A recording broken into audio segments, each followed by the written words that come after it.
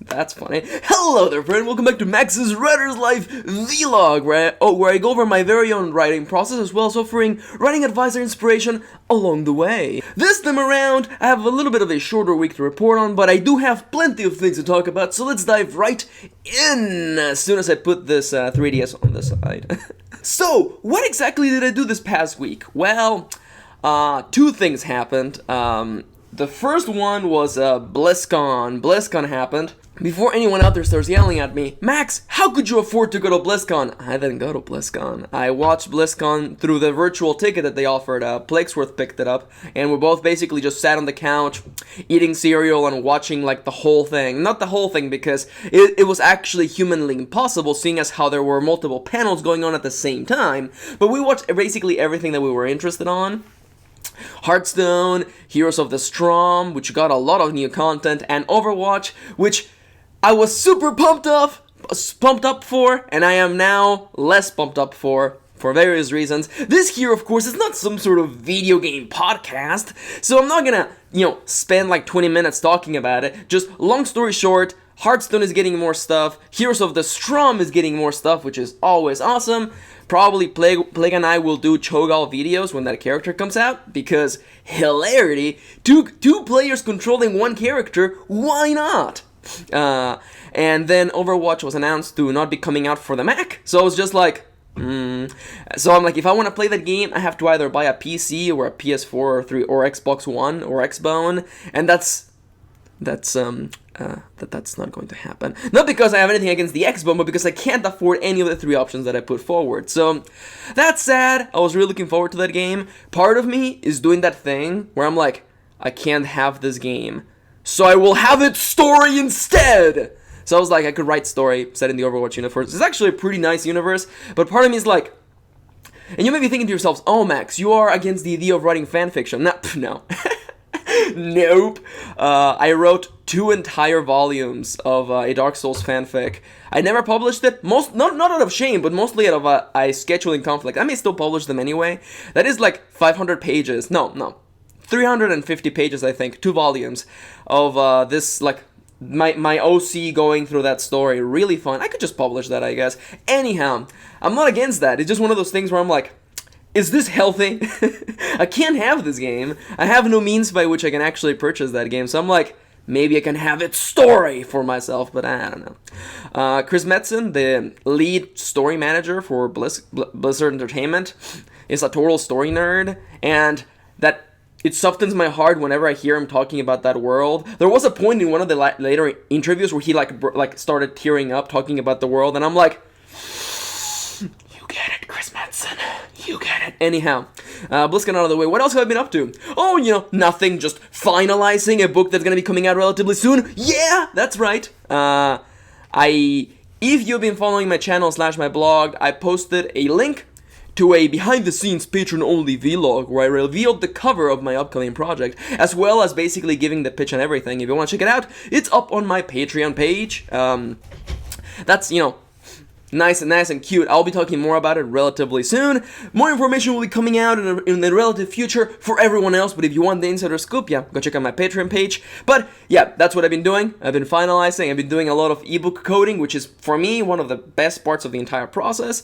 I've touched on this a couple of times in the past, but really quickly, people ask me, Max, how do you make ebooks? And that's going to be the first half of this video. How do you make ebooks? I learned how to make ebooks thanks to an awesome guy called Guido Henkel. He taught me personally. No. I went up to the mountains, and he taught me his very own way of karate. No, that's not true either. It would be funny if it was, though. You have to fight the code. No. He had an 11-part web series, like a text version, called Taking Pride in eBook Formatting. And I read it like 3 times, and it was amazing because it tells you everything. What programs you need, how to code, it even gives you like a sample code, and it holds your hand along the way, all the way through publishing and Calibre, which is the packaging program for turning HTML into an actual ebook that can be accessed and looked through your Kobo or your Nook and your Kindle, and it's really fun. If you're interested in learning how to do that, you can do a quick search for Taking Pride in eBook Formatting by Guido Henkel, Guido Henkel. He also has a book where he compiled all of this, and it's called The Zen of eBook Formatting. There's a link to it in the description below. Great stuff, and it was one of those things where, like, when I was first looking at ebook formatting, I was terrified because I had no idea. I don't know how this works. I don't know how you go about doing this, and his tutorial was, like, the best thing because it holds your hand along the way. Like, the first, I don't want to exaggerate, but I think the first 4 parts of that 11-part guide are him explaining the theory behind the way he makes ebooks, and I appreciate that because it taught me a bunch of things about the dissonance between the way books were printed and how people kept trying to translate that into ebooks and how that actually didn't work out. But yeah, that's what I've been up to. A lot of ebook coding, a lot of finalizing, art assets, and publishing and stuff like that. I can't really talk about it because it's all behind the scenes. If you want to know more about it, Patreon page, link in the description below, and also at the end of this video. Now, that's all fine and dandy, you know, that's what I've been up to, that's what I've been doing. That and also not doing my hair in a ponytail anymore because it kind of stopped looking bad. It started looking bad. That and Plagueswork kept making fun that I looked like Big Boss on the cover of Metal Gear Solid 5, The Phantom Dongles, and I have nothing against that, I just don't particularly see myself as that, and it looked pretty silly. That's about it for hair news. As for actual real stuff that may be meaningful to your writing process, there is one question that I want to tackle today, and it is the idea of how to overcome the desire to procrastinate your writing. I get a lot of questions, and they usually go along the lines of, Max, I really want to write, but when I sit down to write, I start looking for other things to do, such as cleaning my room, cleaning my computer, going through my list of songs that I've been meaning to download forever, or, just playing video games. I don't think there's anything wrong with feeling that way. I think it's something that everyone deals with every once in a while. Whenever you feel like this, I want you to stop for a second and be honest with yourself. Step 1, be honest with yourself. And ask yourself, why is it that I feel like this? Because whenever I feel like that, it's one of 2 reasons, okay? Either A, I'm actually legitimately tired, not particularly over the writing process because I love writing, but at that point I am physically and mentally tired and I'm not in the mental state for writing. If that is the case, which is usually after a long day of work or after a very intense emotionally driven session of talking to people or just dealing with work and stress and stuff like that, in situations like that, I actually prefer to just decompress. And what I mean by that is just either A, just meditate for a little while, or just, sit in silence for a little while, or just do anything else other than what has been going on in my head for a very long time.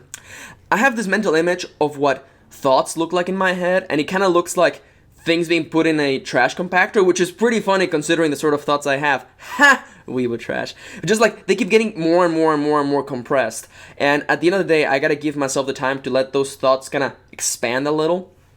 Because you can just keep shoving things in your head all day, 24 hours a day until your head explodes, but you gotta give yourself time to decompress. Sometimes when I honestly don't feel like writing, and I feel objectively tired, it's because of that. And it usually goes away, if I give myself a little chance to, play video games and not worry about anything else. That's where I draw, joy from video games. I love, playing them, and I love the stories that we experience through that. I mean, after all, I have an entire series where I analyze the storytelling of video games. But more than that, it's just a moment of respite. It's like, for the next hour or so, the world around me is gone. That's a really good thing to have. Decompression is very important. It allows all of those thoughts in your head to expand and get out of your head. Disappear, from the dashboard of your mind. As for my other piece of recommendation, if you're looking at yourself and you're considering this moment, you're about to write, and you have this desire to do something else, and it's not relevant to you being tired, or it's not relevant to you being emotionally or mentally exhausted, I think it's probably related to the fear of writing. It's the fear of sitting down and you ask yourself, what if this is terrible? What if this sucks? What if that person who I'm really afraid of reads this and they have, objectifiable reason to say your writing is bad? Well, first and foremost, as the voice of reason here, that would be funny if I get casted for a show and I'm like, who voices reason? Me. I'm Kirin as the voice of reason. As the voice of reason, I have to first and foremost remind you that no one is going to read your work because you're not going to show it to anybody until it's ready. So that entire barrier is gone. Now, that really nice, simple answer out of the way, I'm going to give you my real answer for overcoming that paralyzing fear. Because the way you're reacting, it's fear. You're fleeing, you're running away as fast as possible because you don't want to be in this point, in that moment of insecurity and facing the unknown. Can you actually write? And the answer to that question is an undeniable yes. Yes, you can. Yes, you can write. One of my favorite quotes from Stephen King's book on writing by Stephen King. He says that the scariest moment is always right before you begin. The instant you start doing something, that fear goes away. And to me, that is the most true when it comes to writing. And, I write books for a living. I've written dozens of books, most of which are actually published. And sometimes I sit down and I get those same fears, but I remind myself that those fears go away. They always go away when I start writing. There's another famous quote by Gabriel Garcia Marquez, who said that every time he sat down on his typewriter, he was terrified. And it's a normal feeling to have. You're putting your work out there and you're putting yourself out there through your work, and it's understandable to feel terrified. But you gotta remember that feeling is gonna go away the instant you start doing things. Is it scary? Is it terrifying? Is it daunting? Well, of course it is. That's why you're feeling this way. But you gotta go out there and you gotta write. And I can assure you from personal experience that every time I sit down to write, it's a little scary, it's a little daunting, a little terrifying, but you gotta push through it. And if you push through it, you'll stop feeling like that. It's always the hardest. It always is. The instant you're about to start. So just dive in and start writing. It's one of those things where recently I've just started coming in and just starting to write. I don't do a lot of my starting ritual and stuff. I just put on music, check out my notes, and start writing to kind of jump over that step of feeling terrified. Writing is kind of a lonely process, and it's a lonely and daunting process, and unfortunately, the only way to overcome these feelings is to charge on by, okay? Unless you're really tired and, physically, emotionally, and mentally exhausted, one of the three, not all three at the same time, that would be terrifying. But if you're feeling like that, I think it's okay to take a break. If it's your body yelling at you going, hey, no, cut me some slack here, I think it's okay. I honestly think it is okay. But if the sensation comes to you through fear,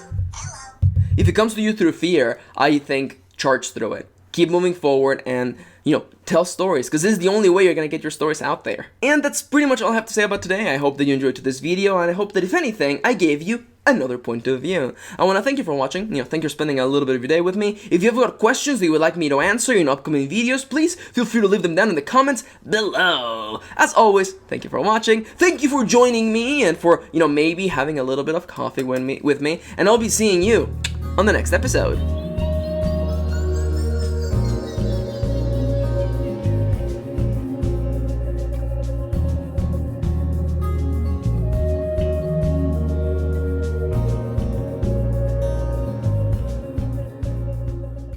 Playing video games. People ask me, Max, you claim that you love slowpokes. How much do you love slowpokes? I have the theme for the 3DS. That's how much I love slowpokes.